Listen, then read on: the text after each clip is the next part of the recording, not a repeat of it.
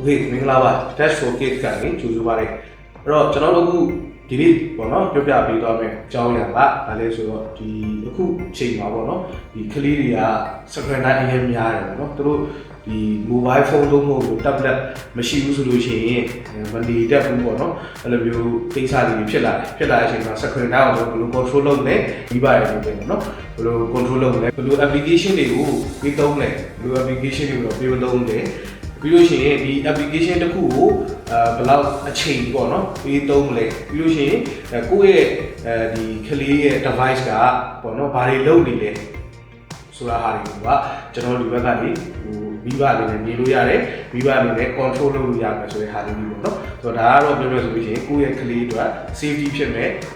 အကြောင်းအရာတွေပေါ့နော်အဲ့တော့ဒီ family link ဆိုတဲ့ဟာလေးကိုကျွန်တော်မိတ်ဆက်ပေးပါမယ်ဒါ Google ကနေမှပေးထားတဲ့ service တစ်ခုပေါ့နော်အကုန် free သုံးလို့ရပါတယ်ဆိုတော့အဲ့ဒါလေးကိုကျွန်တော်တို့လိုက်ကြည့်ရအောင်ပထမဆုံးအနေနဲ့ပေါ့နော်ဒီ family link ကိုထည့်မယ်ဆိုလို့ရှိရင်ဒီမှာ play store ပေါ့နော် play store ကိုသွားမယ်ပြီးရင်ကျွန်တော်ဒီမှာ family link ပေါ့နော်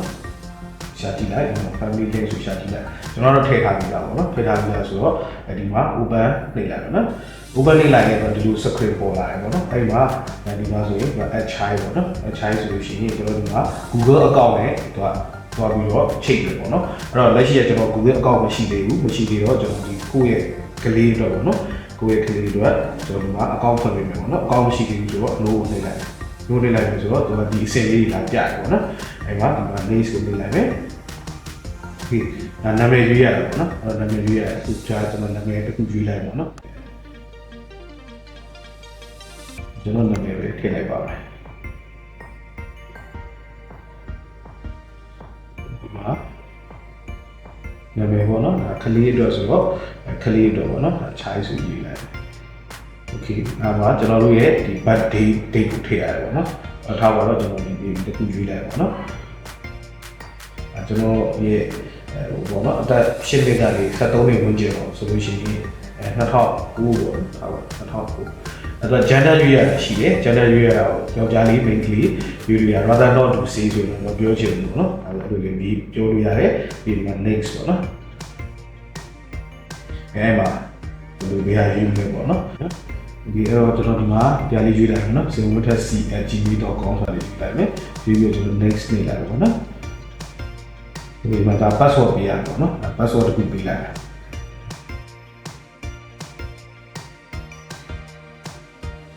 ဒီကျွန်တော် password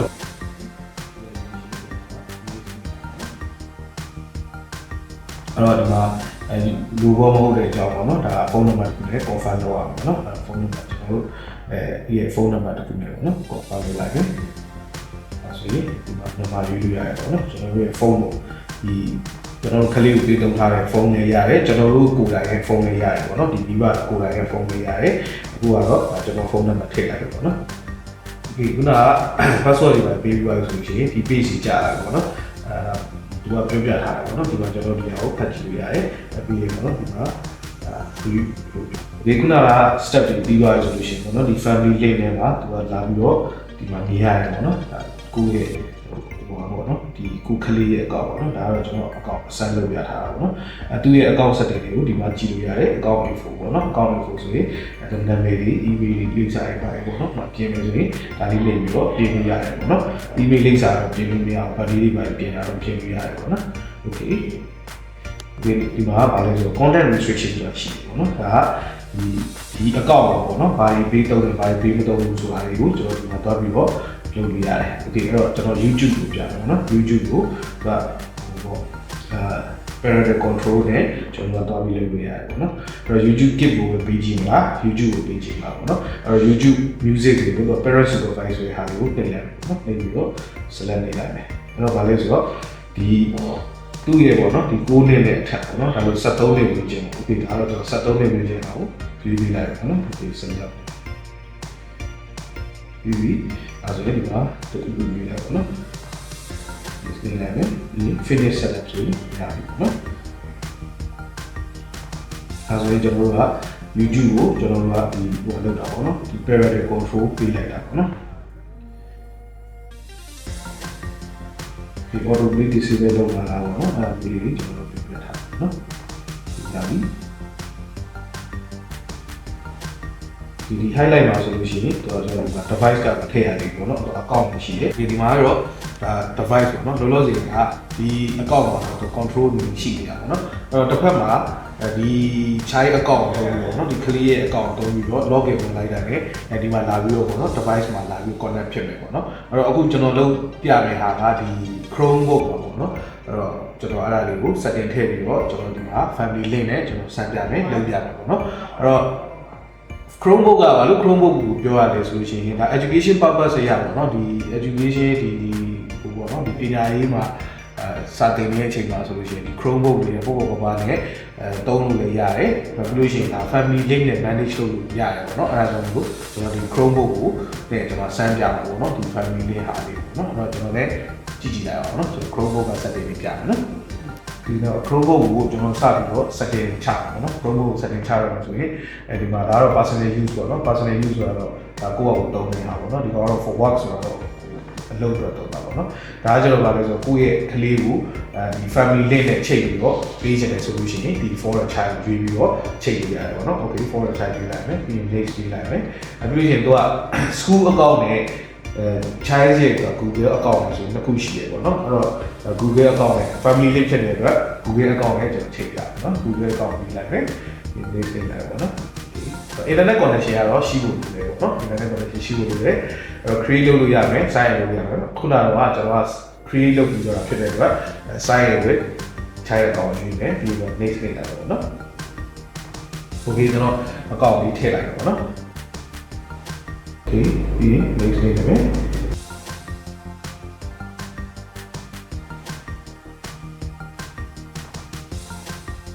okay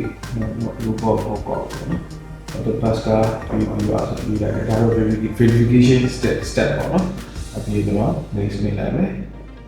okay password ထည့်ပါပေါ့နော် password လေးထည့်လိုက်မယ်ဒါကတော့ဒီ child account လေးပေါ့နော် password ပေါ့နော်next လေးလိုက်မယ်okay ဒါဘယ်သူက supervise လုပ်လာလဲဆိုတာဒီမှာ supervise လုပ်တဲ့ account ဒီမှာပေါ့နော်ဒါကတော့ parents ရဲ့ account ဖြစ်ပါပေါ့နော်ဒါတော့ parents account ရဲ့ password ကိုပြန်ရမယ်ပေါ့နော်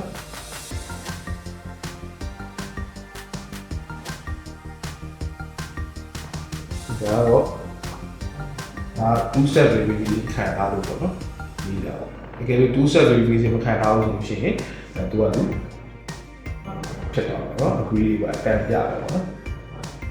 ဒီကဆိုရင် control on Google Play ပေါ့နော်အဲ့တော့ Google Play ကို control ဘယ်လိုလုပ်လဲဆိုတဲ့ဟာလေးကျွန်တော်ဒီမှာ setting ရှိတယ်ပေါ့နော်အဲ့တော့ PG13 ထားမယ်တော့ PG ပဲထားမလားပေါ့နော် application နဲ့ game တွေမှာလည်းကျွန်တော်တို့က team ရှိမယ်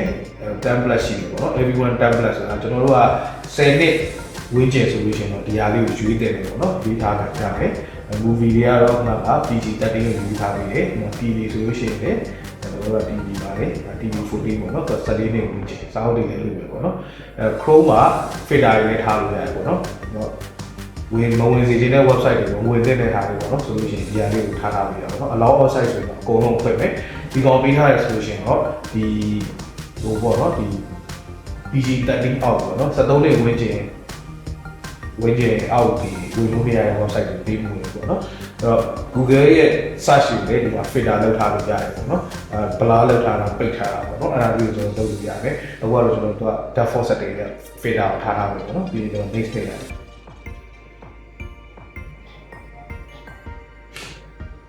ဒီခဏလေးစောင့်ပါနော်ဒီကတော့ဒီ supervise လုပ်တဲ့လူရဲ့ဒါ phone number နဲ့ပေါ့နော်ဒါ verification code ထည့်ရတယ်ပေါ့နော် phone number လေးထည့်လိုက်မယ်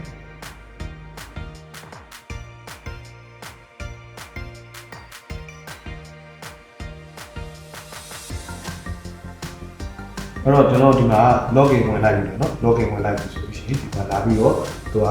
log ဝင်ထားတဲ့ဟာပေါ့เนาะအခုဒီမှာဆိုလို့ရှိရင်ဒါ Chromebook နဲ့ဝင်ထားတယ်ဆိုရင်ဟာလေးကပြရတယ်ပေါ့เนาะအဲ့တော့ပြမယ်ဆိုလို့ရှိရင်ဒီမှာ application တွေကိုဒီမှာ limit တော့ပေးထားလို့ရတယ်เนาะဟိုကြည့်အောင်အဲ့တော့သူကလည်းနည်းနည်း license သွားတယ်အဲ့ဒီမှာဆိုလို့ရှိရင်သူကအခုလောလောဆယ်ထည့်ထားတာက Duolingo ကိုသူထည့်ထားတယ်ပေါ့เนาะအဲ့တော့ Duolingo ကိုသူကဘယ်လောက်သုံးထားလဲပေါ့เนาะဆိုတဲ့ဟာကိုဒီမှာလာပြီးမြင်ရတယ်ပြောမယ်ဆိုလို့ရှိရင်ဒီမှာဆိုရင်သူက device ရှိရပေါ့နော် device ရှိရဒီမှာ two device ကိုမြင်ရတယ်ပေါ့နော်ဒီမှာ two device ကို lock လုပ်လိုက်လို့ရတယ်ပေါ့နော်။lock နှိပ်လိုက်တယ်သူကဘာဖြစ်မှာလဲဆိုတော့2 device ကဒီ lock ကြပါတယ်။ပြောမယ်ဆိုရင်တော့ကိုကမသုံးစေချင်ဘူးဆိုလို့ရှိရင်လှမ်းပြီးတော့ပိတ်လိုက်လို့ရတယ်။ဒါမျိုးပေါ့နော်။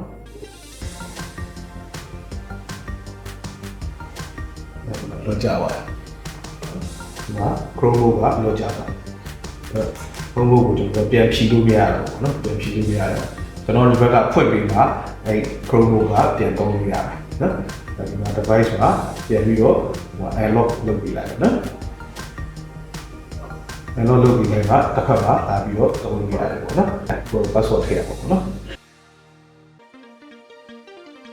Okay ကျွန်တော် application တစ်ခုထည့်တော့ပြီပေါ့နော်ဒါကျွန်တော် application အသစ်တစ်ခုထည့်မယ်ခုနကတော့ဒါကျွန်တော်ထည့်ထားပြီးသားလေးပေါ့နော်ပြအခုထည့်မယ်ဆိုလို့ရှိရင်ဘယ်လို prompt တွေပေါ်လဲပေါ့နော် Okay အဲ့တော့ကြည့်ကြည့်ရအောင်နော်အဲ့တော့ကျွန်တော်ဒီမှာ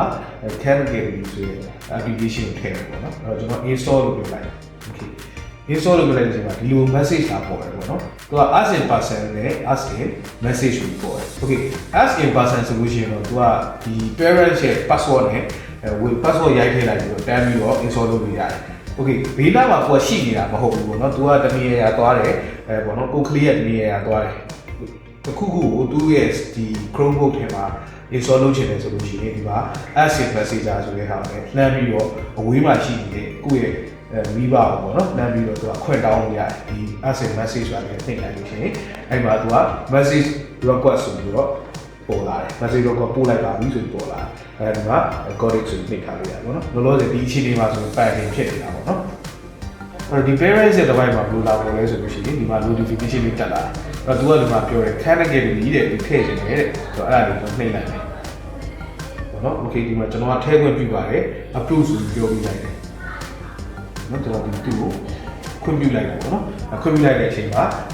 ဒီမှာစပြီးတော့ဒီ source စပြီးလုပ်တယ်။အဲဒီဒါကျွန်တော် category ကိုသုံးလို့ရတယ်ပေါ့နော်။ဟိုကဒီတောင်းတာတော့ပြီးတော့သူ့ရဲ့ application တွေကိုတော့ကြည့်နေရတယ်ပေါ့နော်။ Okay အဲ့တော့နောက်ထပ်တစ်ခုပေါ့နော်ဒါ application တော့ခုကျွန်တော်ထပ်ထည့်ကြည့်မယ်နော်။ဟာပါတော့ဒါကျွန်တော်တို့ရဲ့ player ပေါ့ဗျာ။ဟို media player ပေါ့နော် media player ဒါတော့အပြင်ကျွန်တော်တို့ image player သုံးတာများတယ်။ image player ပေါ့နော်ဒါတော့ image player ကျွန်တော်ထည့်နေတယ် install လုပ်လိုက်တယ်။ဟိုဒီမှာ send message လာပြီးတော့ message ပို့လိုက်တယ်ပေါ့နော်။ Okay ဒါဆိုရင်ဒီမှာ message လာပေါ်မယ်။ပြလိုက်တယ်။နော်ကိုကဝင်သွားတယ်ပေါ့နော်။အဲ့တော့ကျွန်တော်ဒါနမူနာလေးပြတယ်ပေါ့နော်။ဒီ parent control ကဘယ်လောက်ထိလုပ်လို့ရလဲဆိုတာပေါ့နော်။ကျွန်တော်ပြတယ်။ဒီမှာဝင်ဒါဟောပေါ့နော်။ဒါ application တစ်ခုအသစ်ဝင်သွားပြီပေါ့နော်။ Okay အဲ့တော့ကြည့်ကြည့်ပြီပေါ့နော်။ကျွန်တော်ဒီ mobile မှာဒီမိဘရဲ့ပေါ့နော် parents ရဲ့device မှာလာပြီးတော့ကြည့်ကြည့်မယ် Okay ဒီ device မှာဒါအဓိကအဖြစ်ပေါ့နော်ဒါကတော့ဒါမိဘတွေဘက်ကနေမှသုံးပါမယ်ဟာပေါ့နော်ဆိုတော့ तू ကဒီမှာ daily limit တွေသတ်မှတ်ပေးလို့ရတယ်နော်ဘယ်နေ့ကနေဘယ်ချိန်ကနေဘယ်ချိန်ထိပေါ့နော်ဒီ setup ဆိုတဲ့ဟာလေးနှိပ်လိုက်မယ်အဲ့တော့ဒီ Monday to Friday ကိုတစ်ရက်ကို3နာရီပေးသုံးမယ်ဆိုတဲ့ setting ပေါ့နော်အဲ့ဒါလေးလုပ်ပြီးလို့ရတယ် schedule ပေါ့ဒီမှာ schedule ဆိုတာနှိပ်လိုက်လို့ရတယ်အဲ့တော့ Saturday Sunday မှာဆိုတာလုပ်ပါလေ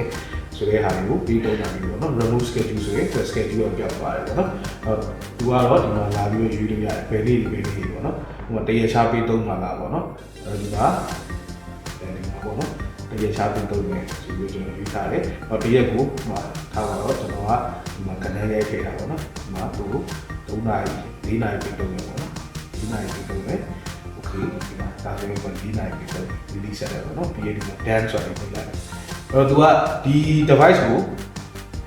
သုံးယူခွင့်4နာရီရမယ်ပေါ့နော်အဲ့တော့ तू ကဒီမှာ3နာရီနဲ့53မိနစ်ကြံသေးတယ်အဲ့ तू ဒီဘက်ကတော့မြင်ရတယ်ဆိုလို့ရှိရင်ဒီမှာ notification လေးလာပြတယ်ပေါ့နော်ဒီမှာလာပြတယ် update from ဒီမှာ parent ဆိုပြီးတော့လာပြတယ် notification ပေါ့နော်ဒါကောင်းတဲ့ဒါမိုက်တယ်ပေါ့နော်သူ့ရဲ့ features တွေတော်တော်မိုက်တယ်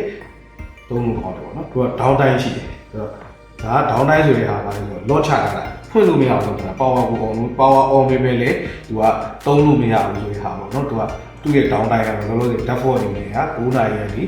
9နာရီကနေမနက်9နာရီအထိဆိုပြီးထားထားတယ်ပေါ့နော်ဒါသူ့ရဲ့ default ကိုကတော့ကိုစိတ်နဲ့ပြောင်းနေရတယ်လို့ရှိရင် application limit တွေရှိတယ်ပေါ့နော်ဒီမှာ app limit ရှိတယ်အဲ့တော့ app limit မှာသူက ဘယ် play ဘယ် app ကိုဘယ်လောက်ပေးသုံးတယ်ပေါ့နော်အဲ့တော့ဒီမှာ MH player ကိုကျွန်တော်ထားလိုက်တယ်ဒီမှာ set limit ဆိုရှိတာအချိန်နဲ့သွားတာပေါ့နော်သူ့တနားရီပေးကြည့်မှာလား2နာရီပေးကြည့်မှာလားပေါ့နော်အဲ့ဒါရှိတယ်ပြီးရင် block ဆိုတာရှိတယ် okay ဒီမှာကျွန်တော်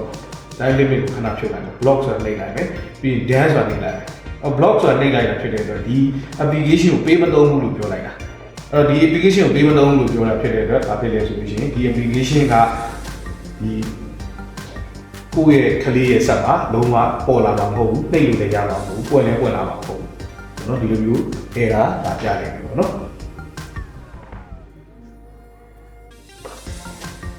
အဲ့တော့ကျွန်တော်ပြန်ပေးသုံးနေတယ်ဆိုလို့ရှိရင်ဒီမှာ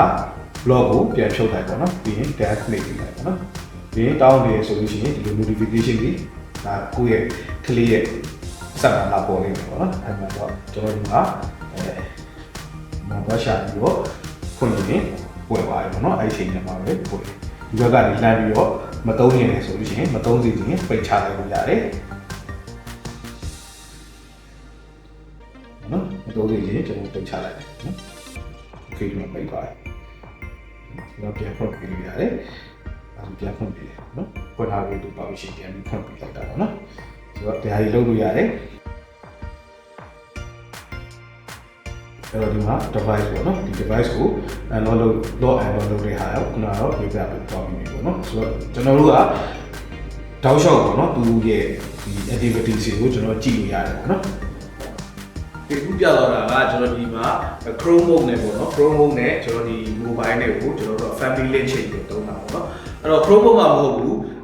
ဒီကလေးရဲ့ပေါ့နော်ဒီ Android device တွေမှာ family link Google ရှိမယ်ဆိုလို့ရှိရင်ကျွန်တော် family link ထည့်ပြီးတော့သုံးလို့ရတယ်ပေါ့နော်အဲ့တော့ Google account တစ်ခုကတော့ရှိဖို့လိုတယ်ပေါ့ Google account တစ်ခုကလည်းခုနကကျွန်တော်ပြတဲ့အတိုင်းပဲပြခဲ့တဲ့အတိုင်းပဲ create လုပ်လို့ရတယ်ပေါ့နော်ဆိုတော့ပြောမယ်ဆိုလို့ရှိရင်အခုဒီ family link ရဲ့ကောင်းတဲ့အချက်ကပေါ့နော်ဘာလဲဆိုတော့ကိုယ့်ရဲ့ကလေးကို screen time တွေကို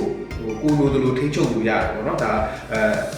စက်တင်လေးတစ်ခုကြာသွားတာပေါ့နော်ကိုကအများကြီးကလေးကိုပေးသုံးထားတာစားရဆိုလို့ရှိရင်စီးနဲ့ကန်နဲ့ဖြစ်သွားတယ်ပြီးလို့ရှိရင်သူ့ရဲ့ activity ကိုလည်းကျွန်တော်တို့ကသိခွင့်ရတယ်သိလို့လည်းရတယ်ပေါ့နော်ဆိုတော့ဒါဒီအချက်လေးကိုကျွန်တော်တို့က sharing လုပ်ချင်တာပါအဲ့တော့နောက်ထပ်ဗီဒီယိုတွေမှာဘယ်လိုမျိုးပေါ့နော်ဒီကလေးနဲ့ပတ်သက်တဲ့ကိစ္စတွေပေါ့နော်ဒီ child safety နဲ့ပတ်သက်တဲ့ကိစ္စတွေဘယ်လိုမျိုး content တွေကိုသိချင်တယ်ဘယ်လိုမျိုး content တွေကိုပြောပြပေးစီနေတယ်ဆိုတဲ့ဟာကိုအောက်က comment မှာလာရေးလို့ရပါတယ်အားလုံးကျေးဇူးတင်ပါတယ်